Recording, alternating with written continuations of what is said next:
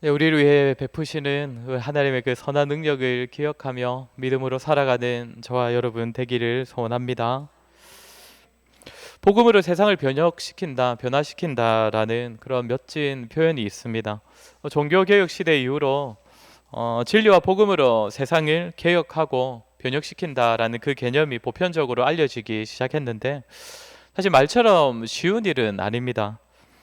복음의 능력이 있기 때문에 그냥 전하기만 해도 복음을 따라서 복음으로 인하여서 사람이 변화되고 또 세상이 달라지기도 하겠지만 사실 복음이 전달되어지는 그 수단과 방식 또 그 통로의 역할도 상당히 중요하기 때문입니다.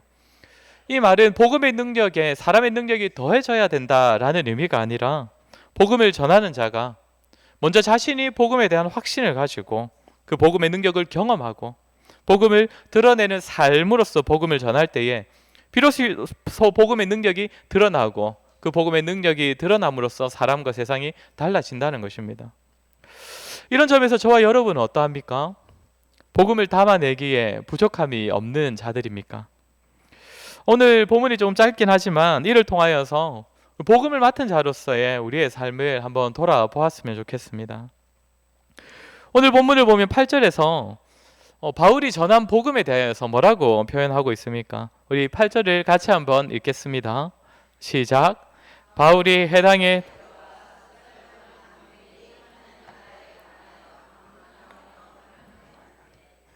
바울이 지금 여기서 무엇을 전했다라고 합니까? 하나님 나라를 전했다고 합니다. 분명 예수 그리스도를 전하고 복음을 전했을 것인데 여기서는 하나님 나라를 전했다고 표현을 하고 있습니다. 그런데 바울만 하나님 나라를 전한 것은 아니죠.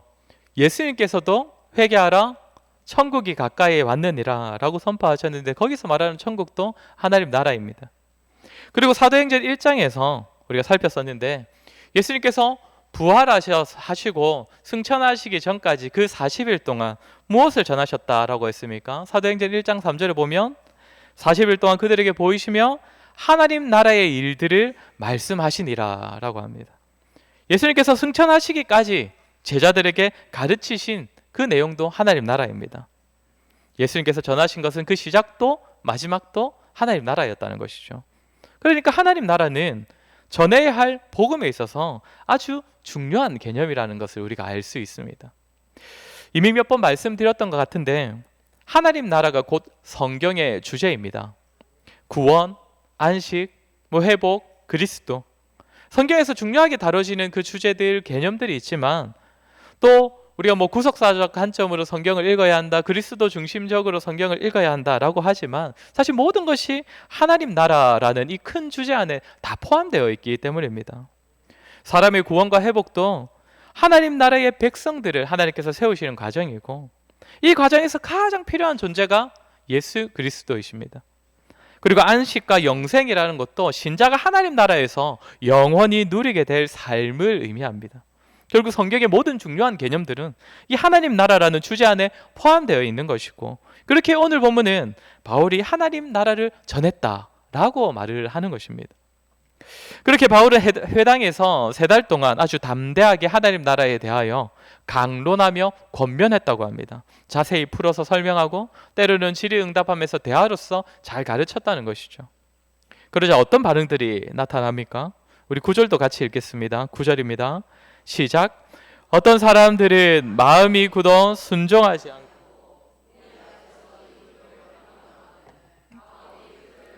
제자들을 따로 세우고 두란노 서원에서 날마다 강론하니라. 2차 전도 여행 때 바울이 이렇게 돌아가는 길에 안디옥으로 돌아가는 길에 잠시 에베소를 들렸지 않습니까? 그때는 사람들이 바울이 전하는 복음을 굉장히 환영했다라고 했습니다. 계속 남아서 더 가르쳐 달라. 근데 이제 바울이 3차 전도 여행으로 에베소에 다시 와서 이제 본격적으로 제대로 전하지 않았겠습니까? 그렇게 하나님 나라를 3달 동안 담대하게 전하니까 이제는 싫어하는 사람들, 그 도를 비방하는 사람들이 나타나기 시작했다는 겁니다. 그래서 바울은 이제는 그들을 떠나서 이제는 회당 중심으로 사역하는 것이 아니라 두란노 서원에서 따로 세운 제자들을 양육하는 것을 좀 더 집중적으로 하기 시작했다고 합니다. 그러자 어떤 결과가 일어납니까? 10절도 우리 같이 읽겠습니다. 두 해 동안 이같이 하니 아시아에 사는 자는 유대인이나 헬라인이나 다 주의 말씀을 듣더라. 아멘. 지난주에 말씀드린 것처럼 에베소는 소아시아 지역의 중심 도시였는데 바울이 에베소에서 2년 동안 하나님 나라를 담대히 전하고 또 제자들을 세워서 집중적으로 사역하니 그 결과 아시아에 사는 유대인이나 헬라인이 다 주의 말씀을 들었다라고 합니다. 이것은 소아시아에 사는 모든 사람들이 다 믿었다라는 의미가 아니라 소아시아 전역에, 소아시아에 속해 있는 모든 도시에 복음이 다 전해졌다라는 의미입니다. 요한계시록 1장에 보면 소아시아 7교회가 나오지 않습니까? 그런 교회, 그리고 또 우리가 잘 아는 골로새, 이런 지역에 복음이 다 들어갔다는 겁니다. 오늘 바울이 에베소에서 전한 이 하나님 나라로 인하여서 복음이 소아시아 전역에 다 흘러갔다는 것이죠. 바울이 전한 복음이 에베소뿐만 아니라 이렇게 소아시아 지역에 영향을 주었고 복음이 사람들의 변화를 이끌어내었다는 것입니다. 그러면 어떻게 해서 이것이 가능했던 것일까요? 저는 두 가지를 좀 집중적으로 살피려고 합니다. 먼저 생각할 것은 바울이 하나님 나라를 전하는 내용이 어떠했냐는 것입니다. 오늘 본문을 보면 해당에서 하나님 나라를 전할 때 무리들이 싫어했다, 무리들이 비방했다라고 합니다. 왜 그들은 바울이 전하는 하나님 나라를 싫어하고 비방을 했을까요? 본래 유대인들에게 하나님 나라는 굉장히 반길만한 소식입니다. 이들도 메시아가 와서 하나님 나라를 이루실 것을 아는 자들입니다. 그에 대한 기대와 소망을 가지고 살아가는 자들입니다. 그런데 유대인들이 꿈꾸는 하나님 나라는 어떤 나라입니까? 다윗과 솔로몬이 다스리던 그때 그 나라의 모습입니다. 작은 민족이었지만 주변에 있는 모든 나라들이 견제하고 경계하고 또 섬기기도 하고 또 거대한 왕궁과 성전이 있고 아주 풍성한 물질이 있는 그런 나라. 유대인들은 그런 모습의 하나님 나라를 꿈꿨습니다. 자기들은 그런 나라에서 하나님께서 가장 기뻐하는 백성이 될 것이라는 확신을 가지고 있었습니다. 그렇기 때문에 유대인들은 계속적으로 다른 나라의 지배를 받으면서 생활을 했었는데도 그 나라를 부러워하지 않았습니다. 당장 이때에도 로마의 압제를 당하고 있었지만 로마인들을 헬라인이라고 했지 않습니까? 그러면서 부러워하지 않았습니다. 왜냐하면 장차 임할 그 하나님 나라에서는 자기들이 최고가 될 것이기 때문입니다. 이것이 유대인들이 하나님 나라라는 그 주제, 그 소식을 기뻐하는 이유였는데 바울은 어떠한 하나님 나라를 전했습니까? 우리가 나중에 한번 더 살피겠지만 20장에 가보면 20장 사도행전 20장 21절을 우리 한번 같이 읽어보도록 하겠습니다. 시작. 유대인과 헬라인들에게 하나님께 대한 회개와 우리 주 예수 그리스도께 대한 믿음을 증언한 것이라. 여기서 바울은 지금 에베소 장로들에게 나중에 떠나가면서 내가 에베소에서 이렇게 사역을 했다, 그리고 이런 내용을 전했다라고 하는데 오늘 여기 방금 읽은 21절에는 바울이 에베소에서 증언한 내용이 무엇이었는지를 말하고 있습니다. 뭐라고 합니까? 하나님께 대한 회개와 주 예수 그리스도에 대한 믿음을 증언했다라고 합니다. 그러니까 바울은 에베소에서 하나님 나라에 대하여 전했었는데 그 하나님 나라를 전하면서 그가 권면하고 증언했던 것은 하나님께 대한 회개 그리고 주 예수 그리스도에 대한 믿음이었다는 것이죠. 예수님께서 하나님 나라를 말씀하시면서 회개를 선포하셨지 않습니까? 회개하라, 천국이 가까웠느니라. 바울 역시도 하나님 나라를 전하면서 회개를 권면했습니다. 특별히 누구에 대한 회개입니까? 하나님께 대한 회개, 하나님께로 돌이키라는 것이죠. 그리고 주 예수 그리스도에 대한 믿음도 전했다고 합니다. 신자는 당연히 예수 그리스도의 공로로 하나님 나라에 가게 되는데 그 예수님의 공로가 신자의 것이 되는 비결이 바로 믿음이지 않습니까? 그러니 바울은 하나님 나라를 전하면서 믿음을 강조했던 것입니다. 회개와 믿음. 최근에 한번 우리 들어보지 않았습니까? 회개와 믿음. 바로 지난주에 우리가 한번 같이 살폈었지요. 요한의 세례와 예수 그리스도로 말미암는 세례를 말하면서 회개와 믿음이 회심의 두 가지 요소라고 했습니다. 하나님 나라에 있어서도 또다시 등장하는 개념이 바로 회개와 믿음입니다. 하나님 나라의 백성이 누구입니까? 회심한 성도들입니다. 그러니 바울은 하나님 나라를 전할 때 또 이 두 가지를 강조하는 것이죠. 이렇게 바울은 하나님 나라를 전하면서 단지 우리가 장차 거할 아름다운 곳, 이 세상과 비교할 수 없는 좋은 곳이다, 이런 말을 말하지 않습니다. 회개와 믿음을 전했습니다.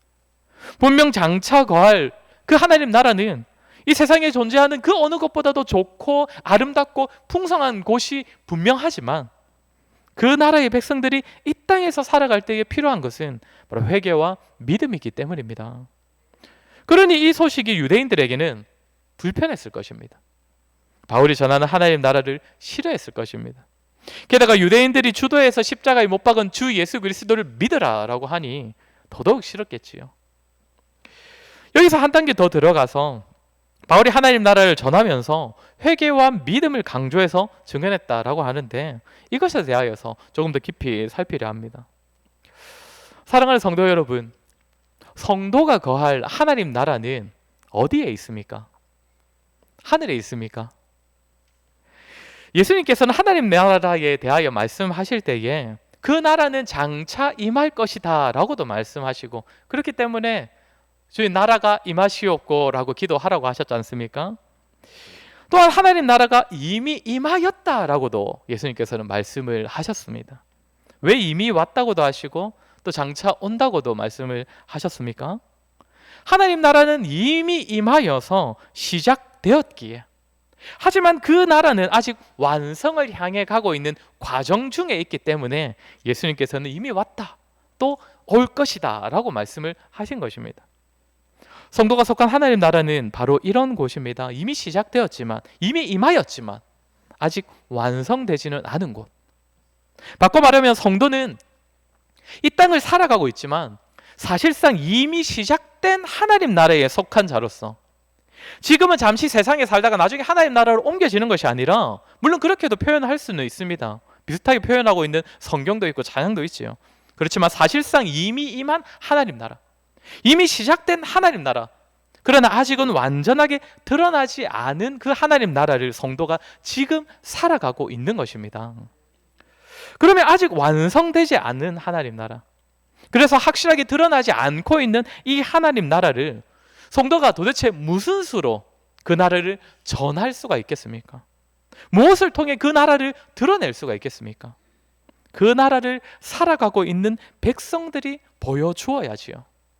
눈에 보이진 않지만 그 나라는 분명 존재하기 때문에 그 나라의 백성으로 살아가고 있는 성도들이 그 나라가 이미 시작되었다는 사실을 보여주어야 합니다. 하나님 나라의 백성인 백성들의 그 삶을 통하여서, 그들의 모습을 통하여서 하나님 나라가 전해져야 한다는 것입니다. 그러면 어떤 방식을 통해서입니까? 물론 우리의 입술을 통하여서 증거하고 전하고 설명하는 것도 너무나 중요하지요. 바울도 오늘 본문에서 하나님 나라를 강론하고 권면했다고 합니다. 말로도 설명을 잘 해주었다는 것이죠. 그러나 나중에 20장에서 바울이 지난 날을 회상하면서 내가 에베소에서 이렇게 사역했다라고 하는 그 말을 보면 바울은 절대 말로만 하나님 나라를 전하지 않았습니다. 고린도전서 4장 20절 바울이 했던 말이 있는데, 고린도전서 4장 20절을 우리 한번 같이 읽겠습니다. 시작. 하나님의 나라는 말에 있지 아니하고 오직 능력에 있음이라. 아멘. 바울은 하나님 나라는 사람의 말에서 드러나지 않고 능력에서, 삶에서 나타나는 능력에서 드러난다고 말하고 있습니다. 이적이나 기적을 말하는 것이 아닙니다. 성도의 삶에서, 성도가 복음대로 살아가고 있는 그 삶에서 드러난다는 것이죠. 정리하자면 하나님 나라가 전해질 때에 이미 시작된 하나님 나라를 살아가고 있는 백성들을 통하여서 전해지는데, 그것은 하나님 나라 백성들의 입술로만이 아니라, 물론 말로 전하는 것도 중요하지만 그의 삶에서 나타나는 능력으로 전해진다는 것입니다. 하나님 나라의 백성이 그 나라의 백성답게 살아가는 모습을 통하여서 하나님 나라가 전파되고 복음의 능력이 나타난다는 것이죠. 이것이 우리가 말로만이 아니라 삶으로 복음을 전한다라고 하는 그 의미입니다. 그러면 오늘 바울이 하나님 나라를 전하면서 증언했다고 하는 하나님께 대한 회개와 예수 그리스도에 대한 믿음은 어떤 의미겠습니까? 하나님 나라는 백성들의 삶으로 전해진다고 했는데, 바울은 왜 똑바로 살라 이런 말을 하지 아니하고 회개와 믿음을 강조해서 전했던 것일까요? 우리가 기억할 것은 성경은 회개와 믿음에 대하여서 눈에 보이지 않고 확인도 할 수 없는 마음속 상태만을 가지고 회개와 믿음이다라고 말하지 않습니다. 마음의 상태를 넘어서 성도가 하나님 나라의 백성으로서 이 땅 가운데서 하나님 나라를 잘 드러내 보여줄 수 있는 실체가 있는 수단이 바로 회개와 믿음이라는 것입니다. 회개가 무엇입니까? 죄를 깨닫고 죄의 길에서부터 하나님께로 돌이키는 것입니다. 삶의 방향을 돌이켜서 이제 새롭게 가져가는 것이죠. 그럼 그것이 어떻게 가능합니까? 무엇이 회개입니까? 그렇게 살겠노라고 마음을 먹으면 되는 것입니까? 그렇지 않습니다. 누가복음 3장의 내용을 한번 보면 거기서 회개를 앞서 강조했던 사람이 누구라고 했습니까? 세례 요한이었죠. 세례 요한이 회개에 대하여서 선포하면서 했던 말이 있습니다. 누가복음 3장 8절을 보면 우리 한번 같이 읽겠습니다. 그러므로 회개에 합당한 열매를 맺고 속으로 아브라함이 우리 조상이라 말하지 말라. 내가 너희에게 이르노니 하나님이 능히 이 돌들로도 아브라함의 자손이 되게 하시리라. 요한이 뭐라고 합니까? 회개에 합당한 열매를 맺으라. 속으로 아브라함이 우리 조상이라 말하지 말라. 혈통만을 의지하고 열매는 없이 마음속으로만 품고 있는 어떤 그것 가지고 회개라고 생각하지 말라는 것이죠. 그러면서 구체적인 가르침이 이어집니다. 이제 이어서 보면 3장 10절부터 누가복음 3장 10절부터 14절까지 그의 가르침이 이어지는데 우리 한번 같이 천천히 한번 같이 읽도록 하겠습니다. 무리가 물어 이르되 그러면 우리가 무엇을 하리이까? 대답하여 이르되 옷 두 벌 있는 자는 옷 없는 자에게 나눠줄 것이요 먹을 것이 있는 자도 그렇게 할 것이니라 하고 세리들도 세리를 받고자 하여 와서 이르되 선생이여 우리는 무엇을 하리이까 하매 이르되 군인들도 물어 이르되 우리는 무엇을 하리이까 하매 이르되 사람에게서 강탈하지 말며 거짓으로 고발하지 말고 받는 급료를 족한 줄로 알라 하니라. 아멘. 세례 요한의 가르침을 보면 회개에 대해서 매우 구체적인 가르침이 있습니다. 옷 두 벌이 있는 자는 없는 자에게 하나 나눠주라. 세 벌이 아니라 두 벌이 있는 자에게 나눠주라는 것은 남는 옷은 다른 사람 주라는 뜻이 아니죠. 두 벌 옷도 사실상 필수지 않습니까? 예비복이지 않습니까? 어떤 일이 있을지 모르는데. 그럼에도 회개한 자는 옷이 없는 자에게 한 벌을 나눠주라는 것입니다.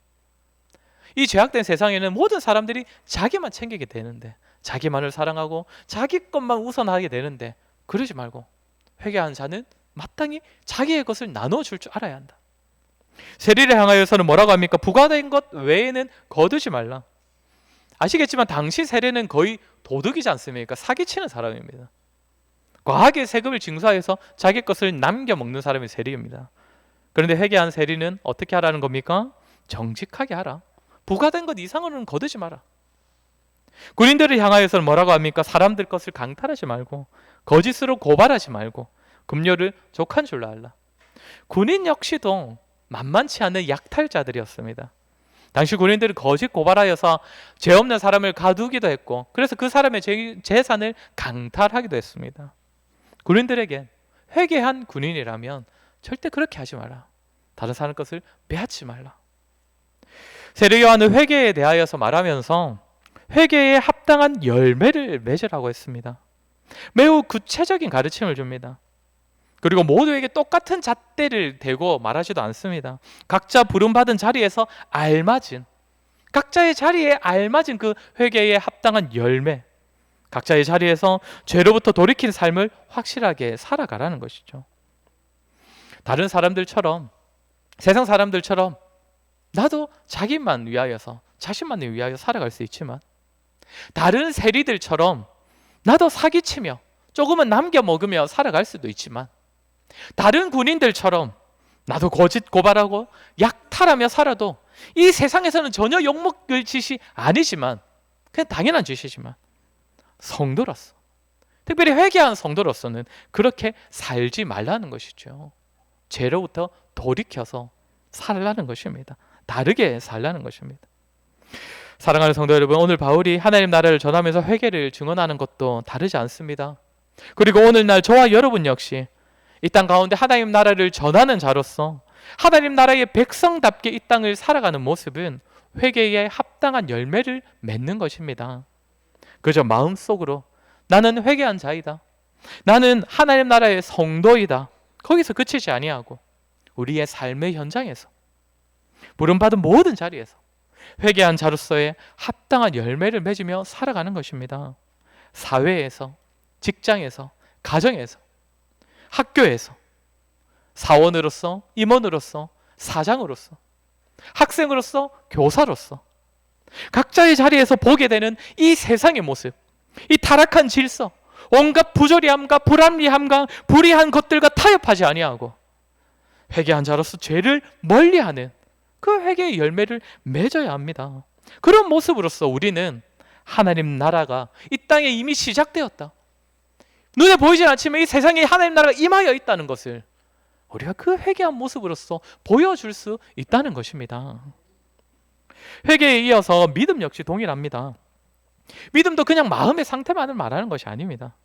행함으로 이어져야 한다는 사실 우리가 잘 알고 있지요. 그것을 어느 성경에서 많이 강조합니까? 야고보서 아닙니까? 야고보서 2장 15절부터 17절까지 말씀 우리 한번 같이 읽겠습니다. 야고보서 2장 15절부터 17절입니다. 시작.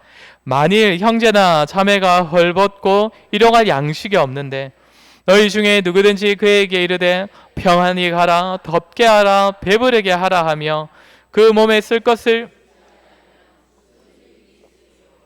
이와 같이 행함이 없는 믿음은 그 자체가 죽은 것이라.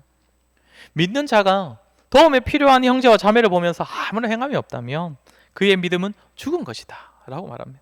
이뿐만 아니라 야고보서를 보면 전체적으로 그리스도를 믿는 자로서의 행동을 계속 강조하고 있습니다. 2장 전반부에는 사람을 차별하지 말라, 차별하지 않는 것도 믿음이라는 것이죠. 3장에서는 입에 재갈을 물리라, 혀를 불이라고 표현하면서 말조심하라고 합니다. 말조심하는 것도 믿음이라는 것이죠. 4장에서는 비방하지 말라고 합니다. 하나님께서 주시는 지혜는 화평을 이루는 지혜이기 때문에 서로 자기가 더 지혜 있다고 그런 식으로 남들 깎아내리면서 비방하지 말라는 것이죠. 이것은 야고보서만이 아니라 성경이 말하는 믿음입니다. 특별히 예수 그리스도에 대한 믿음은 오직 그분의 은혜로 구원받았음을 믿는 믿음이죠. 그렇기 때문에 특별히 관계 가운데에서 그 믿음이 드러난다는 것이죠. 그래서 야고보는 계속적으로 사람들과의 관계에 있어서의 믿음을 가르치고 있습니다. 나 같은 사람을 은혜로 용납해 주신 예수 그리스도를 내가 믿기 때문에 나 역시도 다른 사람을 차별하지 않는 것이죠. 불의한 나를 위하여 지금도 중보하고 계신 예수님 계시기 때문에, 하나님 앞에서 지금도 우리를 대신하여 변론하고 계신 예수님을 믿기 때문에 우리 역시 우리의 입술을 함부로 사용하지 않는 것입니다. 다른 사람을 비방하지 않는 것이죠. 바울이 하나님 나라를 전하면서 강조한 믿음 역시 다르지 않습니다. 하나님 나라 백성이 하나님의 나라를 이 땅에 보여줄 수 있는 믿음을 전한 것입니다. 그리스도를 믿는 믿음이 이 세상의 질서와는 다른 질서로 살아가게 만들고 세상의 가치와는 다른 가치를 선택하게 만드는 것입니다. 특별히 관계에 있어서 우리가 이 세상과 다른 삶으로 살아감으로써 그 모습을 통해 눈에 보이는 세상과는 또 다른 세상이 있다는 사실, 이 땅 가운데 이미 하나님 나라가 시작되었고 임해 있다는 사실을 보여주는 것이 바로 성도의 믿음, 예수 그리스도를 믿는 믿음이라는 것입니다. 사랑하는 성도 여러분, 저와 여러분은 이 땅을 살아가지만 이 세상에 속하지 않은 이미 임한 하나님 나라를 살아가는 하나님 나라의 백성인 줄로 믿습니다. 그렇게 하나님 나라의 백성으로서 살아야 할 마땅한 삶을 살아감으로써 그 나라를 이 땅에 드러내는 데에 귀하게 쓰임받는 자들이 되었으면 좋겠습니다. 그것은 우리가 회개에 합당한 열매를 맺으며 살아가고 또 행함이 있는 믿음으로 살아갈 때에 가능할 것입니다. 우리가 속해 있는 모든 자리에서 세상의 질서와는 다르게 정말 가벼운 죄라도 가볍게 여기지 아니하고 정말 불의한 자리에 앉지 아니하고 죄된 삶을 멀리하고 바르고 정직하고 또 의로운 삶으로 회개에 합당한 열매를 맺을 때에 우리를 통해 하나님 나라가 드러날 것입니다.